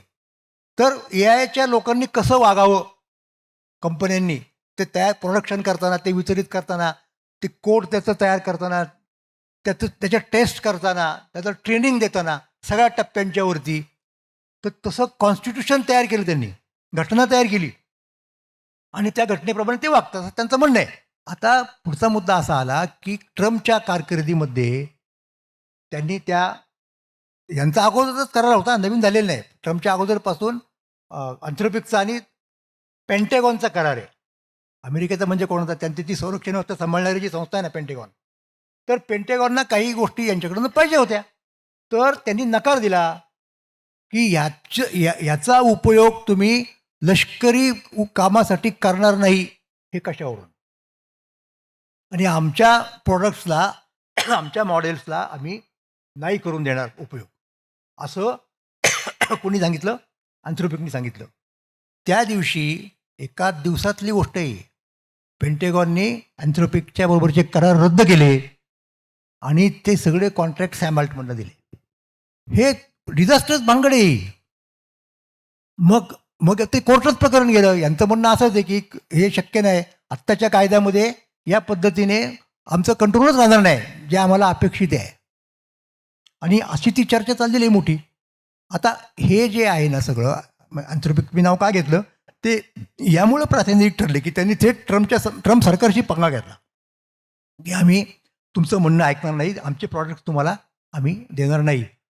मग आणि कारण काय दिलं यांनी की यांच्या अशा वागण्यामुळं देशाची सिक्युरिटी धोक्यात येते, म्हणून ते कॉन्ट्रॅक्ट काढून घेतले. इथपर्यंत ते प्रकरण गेलं. मग आता म्हणजे मगाशी तुम्ही जो प्रश्न विचारला काय केलं पाहिजे, कुणी केलं पाहिजे, 2 पेपर्सचा मी उल्लेख करेन. दी मशीन्स ऑफ लव्हिंग ग्रेस, हे काहीतरी 23च्या दरम्यान त्याचा एक अत्यंत चांगला पेपर आहे अमुदायचा, की त्याच्यात त्यांनी काय फायदे आहेत मनुष्य जातीला AIचे, हे अतिशय चांगल्या पद्धतीने सांगितलं, अतिशय चांगल्या पद्धतीने सांगितलेले आहे.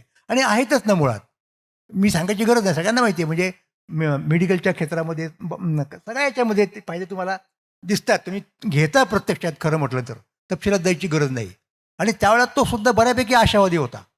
पण आज मितीला जानेवारी 26ला त्यांनी दुसरा एक पेपर रिलीज केला, द ॲडोलसन्स ऑफ टेक्नॉलॉजी. त्याच्यात त्यांनी हे सगळं सांगितलेलं आहे की आम्ही म्हणजे त्याच्यात काय का AIच्या कॉन्टेक्स्टमध्ये 2 प्रकारचे लोक आहेत. एक आशावादी म्हटलं जातं काही लोकांना निराशावादी म्हटलं जातं. डूमर्स म्हणजे प्रलयच आहे असं काही म्हणणारे लोक आहेत टोकाला जाऊन. दुसरे म्हणतात असं नाही, ते चेक केलं तर आपल्या कंट्रोलमध्ये राहू शकतं असं म्हणणारे लोक आहेत. तर हा चेकवाला मनुष्य आहे, त्यासाठी तो नियम तयार करतो. तर त्या ॲडोलसन्समध्ये त्याचा सूर असा थोडासा तुम्हाला सांगतो निराशावादी लागलेला आहे. आणि मग काय करायला पाहिजे आपण, म्हणजे कुठल्या अर्थाने बघा, त्यांनी इथे सांगितलं की अंतर्गत धोका म्हणजे काय, की तुमचंच सरकार तुम्हाला लोकशाहीला काय म्हणतात त्याला, म्हणजे पहिल्यांदा तो काय करतो, पॉलिटिकली स्पीकिंग जगातल्या देशांचे 2 वर्ग करतो. एक लोकशाही मानणारा एक वर्ग आहे आणि लोकशाही न मानणारा राष्ट्रांचा एक वर्ग आहे. तर लोकशाही मानणाऱ्या लोकांचे लोकशाहीचं रक्षण करण्यासाठी त्या राष्ट्रांचं रक्षण करणं आपल्याला गरजेचं आहे आणि तेवढ्यापुरतं आपल्याला त्यांना मदत केलीच पाहिजे, हे मान्य आहे त्याला, याच्याबद्दल काही दुमत व्हायचं कारण नाही. पण हे लोक उद्या परत सरकार म्हणून ते आपल्यावरती उलटू शकतात. हा धोका झाला अंतर्गत, म्हणजे दुहेरी धोका आहे. बाहेरच्या शक्तींचा धोका आहे जे आपल्यापेक्षा अधिक प्रगत होतील, आतल्या शक्तींचा धोका आहे. आणि हा धोका कुठपर्यंत आहे, तर त्याचं तुम्हाला थोडक्यात एक गमक सांगतो की ज्या वेळेला दुसऱ्यांदा ट्रम्प सत्तेवरती आले तेव्हा त्यांनी पहिली जर घोषणा कोणती केली असेल, पहिल्या 1-2 दिवसाच्या सह्या बिया केल्या, काय काय ते पत्रकं काढली, ऑर्डर्स काढल्या, त्याच्यातली अमेरिका फर्स्ट आहेच, पण अमेरिका फर्स्ट होण्यासाठी अमेरिका AIमध्ये पहिली असली पाहिजे. आणि त्यांनी एक प्रकल्प घेतला पाहिजे हातामध्ये, अत्यंत त्याला काय म्हणतो आपण, अर्जंट लेवलवरती आणि आणीबाणीच्या स्तरावरती घेतलं पाहिजे. आणि त्या प्रकल्पासाठी त्यांनी नाव दिलं की ॲज गुड ॲज, म्हणजे त्याचं नाव वेगळं आहे पण त्याची तुलना त्यांनी कशाशी केली असेल तर मॅनहॅटन प्रोजेक्टशी केली, की जो संवारक अणुशक्तीचा हे होता, आपल्याला माहिती आहे प्रकल्प होता फार मोठा. तर तो सगळा धोका गृहीत धरून हे लोकशाहीचे धोके आहेत.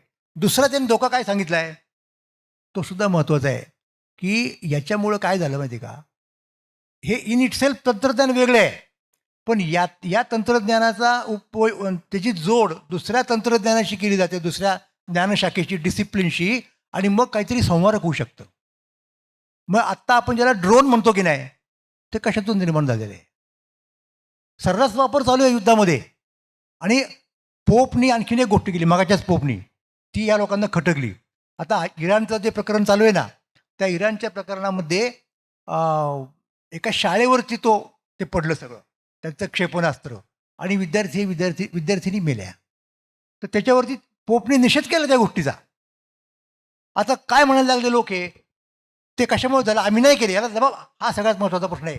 ए आयचा सगळ्यात जर महत्त्वाचा प्रश्न येत असेल माणसाच्या संदर्भात, तर ए आयमुळं घडणाऱ्या कृत्यांची जबाबदारी कोणावरतीच टाकायची. एजंटिक ए आय म्हणतो आपण त्याला, एजंट त्यांनी डेव्हलप केले अलीकडच्या काळामध्ये.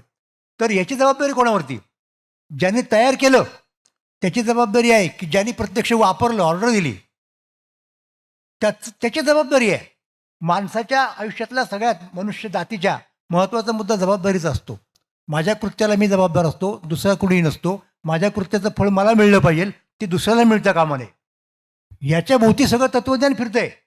तर त्यालाच मुळात ए आयमुळे असा एक छेद जातोय असं यांचं म्हणणं आहे. म्हणून बायो वेपन्स नावाची जी गोष्ट आहे, शक्यता, त्याच्यावरती हा भर देतोय की बायोलॉजीमध्ये ए आयचा उपयोग होतोय. आणि ते संवारक शास्त्र झाल्यानंतर त्याचं नियंत्रण कोणाकडं? अणुबॉम्बचं नियंत्रण राष्ट्रांच्या सरकारांच्याकडे आहे. याचं नियंत्रण कोण करणार? म्हणून हा टाहो फोडून सांगतोय माणूस त्या क्षेत्रामधला आहे. म्हणजे जसं व्यासांनी महाभारताच्या शेवटी सांगितलं, आणि ते फार मला महत्त्वाचं वाटतं. ते काय म्हणाले की सगळ्या लोकांना मी टाहो फोडून सांगतोय, हात वर करून सांगतोय, धर्मात अर्थश्च कामश्च, की तुम्ही धर्म पाळा आणि धर्माच्या चौकटीत जो अर्थ आवश्यक आहे मिळणं शक्य आहे, जो काम मिळणं शक्य आहे तो मिळवा. तो मिळवायचा नाही असं नाही, पण धर्माच्या चौकटीत. पण न कश्चित शुणवते माम, कुणीही माझं ऐकत नाही, अशी व्यासांची तक्रार आहे. तेवढ्यासाठी महाभारत लिहिलं. तर तसंच झालंय आत्ता जे चाललेलं आहे ना, त्यातला धोका, की धर्मात अर्थश्य कामश्य हे लोक विसरतायत. आणि मग आम्हाला सत्ता पाहिजे, मग आम्ही प्रोपागंडा करतो. तोच तर मुद्दा आहे ना. ए आयमुळं काय काय शक्य आहे सांगतो. एकट्या गोबेल्सनी अख्खं महायुद्ध फिरवलेलं आहे प्रोपागंडाच्या माध्यमातून. तर ह्याच्यातला प्रोपागंडा सामान्य माणूस सुद्धा करू शकतो हा मुद्दा आहे. आणि सामान्य माणसांमध्ये सुद्धा एखादा वेडा असू शकतो, एखादा सूड बांधून पेटलेला असतो. त्याच्याकडे जर हे तंत्रज्ञान गेलं तर काय होईल याची चिंता हा माणूस करतोय. तो ए आय कंपनीचा एका महत्त्वाच्या संस्थापक CEO आहे. म्हणून त्याला मी प्रातिनिधिक मानतो आत्ताच्या पुरतं. उद्या काय होईल माहीत नाही. सर, शेवटचा प्रश्न. आपण जवळपास गेले तासभर ए आयच्या सर्व अंगाने चर्चा करतोय. आपल्या मुलाखतीचं टायटल आपण दिलेलं आळंदी ते सिलिकॉन व्हॅली, Yes. आणि पुण्यात आपण बसलोय पुणे फर्स्ट या प्लॅटफॉर्मसाठी. तर या सर्व बदलांकडे बघताना भारतीय संत परंपरा, ज्या आळंदीचा तुम्ही उल्लेख केलात की जिथं विचारांचा एक्सप्रेशन झालं, या सगळ्यातनं काही उत्तर मिळत नाही का? जसं इतिहासातनं त्याची पुनरावृत्ती होती, तर या ए आयच्या जगामध्ये भारतीय संत परंपरा, भारतीय तत्वज्ञान काय रोल बजावेल आणि आपण त्याचा काय विचार करू? हो. खरं तर मला आळंदी ते सिलिकॉन व्हॅली व्हाया नेवासा या नावाचं माझ्या यूट्यूब चॅनलवरती एक माझी मालिका चालू आहे. महाराष्ट्र मंथन या नावाचं माझं चॅनल आहे, आणि त्याच्यामध्ये आठवड्यातून 2दा मी काहीतरी प्रक्षेपित करतो. तर त्यातल्या एका मालिकेचं नाव हे आहे. काय त्याचा नेमका अर्थ आहे? आळंदी ते सिलिकॉन व्हॅली व्हाया नेवासा, म्हणजे ज्ञानेश्वर जन्मले आळंदीमध्ये, पण त्यांनी ज्ञानेश्वरी लिहिली नेवाशामध्ये. आता तिथून जायचं कुठे? सिलिकॉन व्हॅलीमध्ये जायचं. म्हणजे काय करायचं नेमकं? हा अनेकांना प्रश्न पडेल ना. तर मुद्दा असा आहे की या लोकांनी आता याच्या लक्षात आलं की आपल्याला काहीतरी एक नैतिक चौकट निर्माण केली पाहिजे, आणि इतकंच नव्हे तर ते काम स्पेशलाइज माणसाकडे दिलं पाहिजे. म्हणून त्याने आमेंदा आस्केलला ते दिलं, आणि त्या बाईंनी अतिशय विचारपूर्वक ती घटना तयार केली आहे. ते मी पाहिलेली आहे, ती कोणी पाहू शकतं. ते मुद्दा असा आहे की त्यांची जी चौकट आहे त्यांनी निर्माण केलेली, आज मी तिला युरोपामध्ये जे काही तत्त्वज्ञान, जे काही नीतिशास्त्र निर्माण झालं, की ज्याची सुरुवात पायाभरणी ग्रीकांनी केली, सॉक्रेटिस, प्लेटो, अरिस्टॉटल. मग पुढच्या टप्प्यावरती रोमन साम्राज्य झालेलं असताना ग्रीकांचं राज्य गेलं, मग रोमन साम्राज्य पुढे आलं. मग रोमन सम्राटांनी ख्रिस्ती धर्म स्वीकारला. त्यामुळं मूळ ग्रीकांच्या मूल्यांमध्ये ख्रिस्ती मूल्यांची भर पडली, आणि त्याच्यातनं इव्हॉल्व होत होत होत पुढे आपल्याला त्यांचं जे काही नीतिशास्त्र दिसतं, त्यांचं जे काही राज्यशास्त्र दिसतं, त्याच्यात काही लोकशाही असेल, 10 गोष्टी असतील, त्या आज तुम्हाला दिसतात इथे. आणि यांनी जेव्हा हे निर्माण केलं, याचं शास्त्र, नीतिशास्त्र म्हणा किंवा घटना म्हणा, ते त्या चौकटीत आहे. आणि ती चौकट सगळ्याच जगातल्या लोकांना मान्य होईल असं नाही आहे. चिनी लोकांचं जे काही आहे ते त्यांच्या कन्फ्युशियसच्या याच्यात आधारित आहे. त्यामुळे यातली काही मूल्य म्हणजे शेवटी मूल्यसुद्धा सापेक्ष आहेत ना. भारतातल्या लोकांची मूल्य, चिनी लोकांची मूल्य, नंतर अगदी मध्यपूर्वेतली जी इस्लामिक मूल्य आहेत ती मूल्य, ह्याच्यामध्ये फरक आहे. तेव्हा तुम्ही ज्या वेळेला ए आयचं हे करताय, काही एक मूल्य चौकट निर्माण करताय, तेव्हा ती फक्त एकाच परंपरेतनं आलेल्या मूल्यांच्या आधारे न करता सगळ्या लोकांना, सगळ्या समाजांना मान्य होतील असा एक स्मॉलेस्ट कॉमन डिनॉमिनेटर मूल्यांचा लसावी जर केला तर बाकीचे लोक ते मान्य करतील. अमेरिकेने तयार केलेली मूल्यव्यवस्था ही कन्फ्युशियसची मूल्यव्यवस्था मान्य असणाऱ्या लोकांना नाही मान्य होणार. ही वस्तुस्थिती आहे.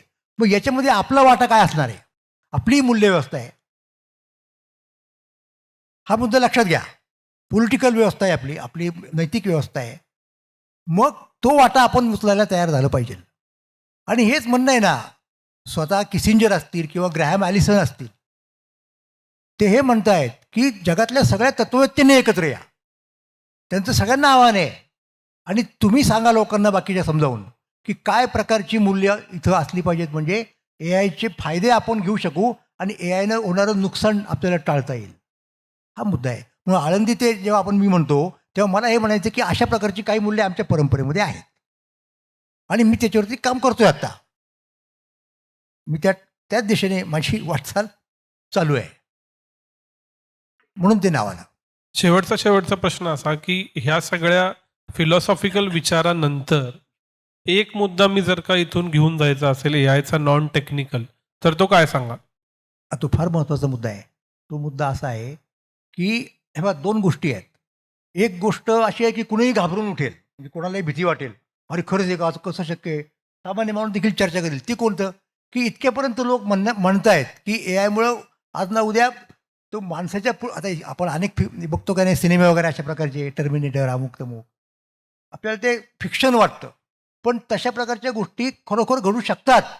ए आयला जर आपण मोकाट सायराट जर सोडलं तर मनुष्य जातीचा नाश होऊ शकतो असं गंभीरपणे म्हणणारे लोक आहेत एका बाजूला. अशा प्रकारचे लोक आहेत. पण त्याचबरोबर असेही लोक आहेत की नाही तसं नाही, आपल्याला जर त्याला मर्यादित ठेवता आलं तर हे होऊ शकेल. हा झाला एक धोका. पण दुसरा जो धोका आहे ना, तो सगळ्या लोकांच्या लक्षात येत नाही. हा ऑब्वियस आहे ना, सगळ्या मानवांचा नाश म्हणजे मी धरून. दुसरा धोका आहे माहिती का, की आपण ज्याला माणूस म्हणून ओळखतो की नाही, त्या माणसामधलं माणूस पण ज्याच्यावरती अवलंबून आहे, ज्या घटकांच्यावरती, तेच घटक ए आयमुळे नष्ट होतील.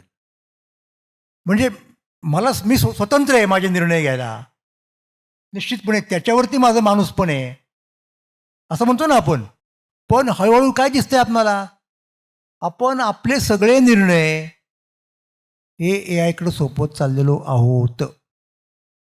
अगदी किरकोळ गोष्टीपासून, म्हणजे माणसाची डिग्निटी, माणसाचं माणूसपण हे धोक्यात आहे. माणसाची प्रतिभाशक्ती, म्हणजे एकच उदाहरण देईन तुम्हाला. ते उदाहरण असं आहे की उदाहरणार्थ तुम्ही हे सगळे संगीतकार घ्या, मोझार्ट असतील किंवा अनेक प्रकारचे पाश्चात्य, त्यांनी काही त्यांच्या रचना तयार केल्या आणि त्या सिम्फनी केल्या, ज्याला म्हणतो आपण, कुणी 32 केल्या, कुणी 50 केल्या, आणि त्या अस्तित्वात आहेत आणि त्यानुसार पाश्चात्य सगळं संगीत चाललेलं आहे. आता आपण असं म्हणतो की त्यांनी 52 केल्यात, 53वी नाही केली.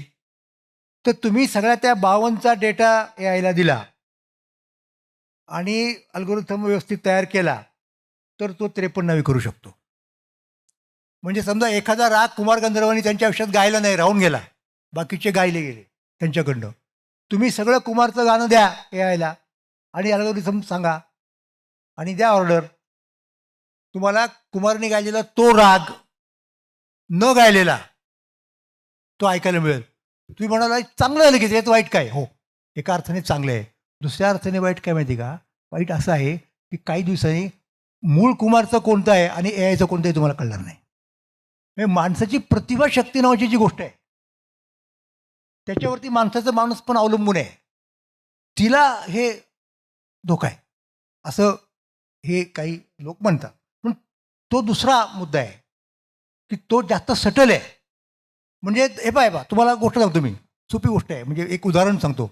एक भलं मोठं वारुळ असतं किंवा भलं मोठं पोळं असतं, मधमाशांचं असेल, तिकडे मुंग्यांचं असेल. त्या मुंग्यांमध्ये एक राणी मुंगी असते किंवा राणी माशी असते आणि बाकीच्या सगळ्या कामकरी मुंग्या असतात. सगळ्या गोष्टी त्या किंवा माशा असतात, त्या सगळ्या गोष्टी करतात. हिला काहीच काम नसतं, तरी ती राणी असते.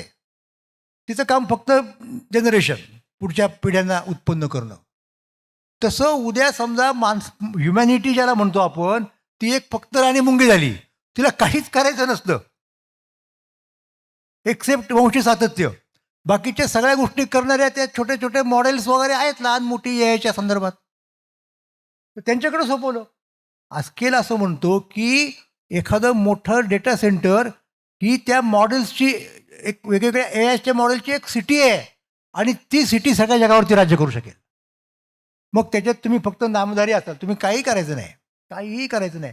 माणसाला हे चालेल का काहीच करायचं नाही? त्याच्यासाठी आपला जन्म आहे का? माणसाचं आयुष्य अर्थपूर्ण राहण्यासाठी माणसाला काही गोष्टी माणसाच्या करायलाच पाहिजेत. त्या जर तुम्ही एआयकडे सोपवला तर तुम्ही जन्माला आला काय न आला काय काही फरक पडत नाही, असं या मंडळींचं म्हणणं आहे, इन्क्लुडिंग दिस जेंटलमन. सर खूप खूप आभार. AI बद्दल नॉन टेक्निकल सगळ्या मुद्द्यांची चर्चा करता आली, त्यातल्या कॉम्प्लेक्सिटी समजल्या, तुम्ही वेळ दिलात आणि या कार्यक्रमासाठी आलात, याबद्दल पुन्हा एकदा आभार.